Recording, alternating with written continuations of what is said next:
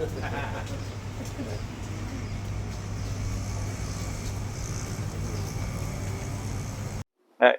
sejahtera, selamat pagi. Hari ini saya di Mahkamah Kulim bersama-sama dengan rakan seperjuangan dan 3 orang telah dituduh mengikut magistrate.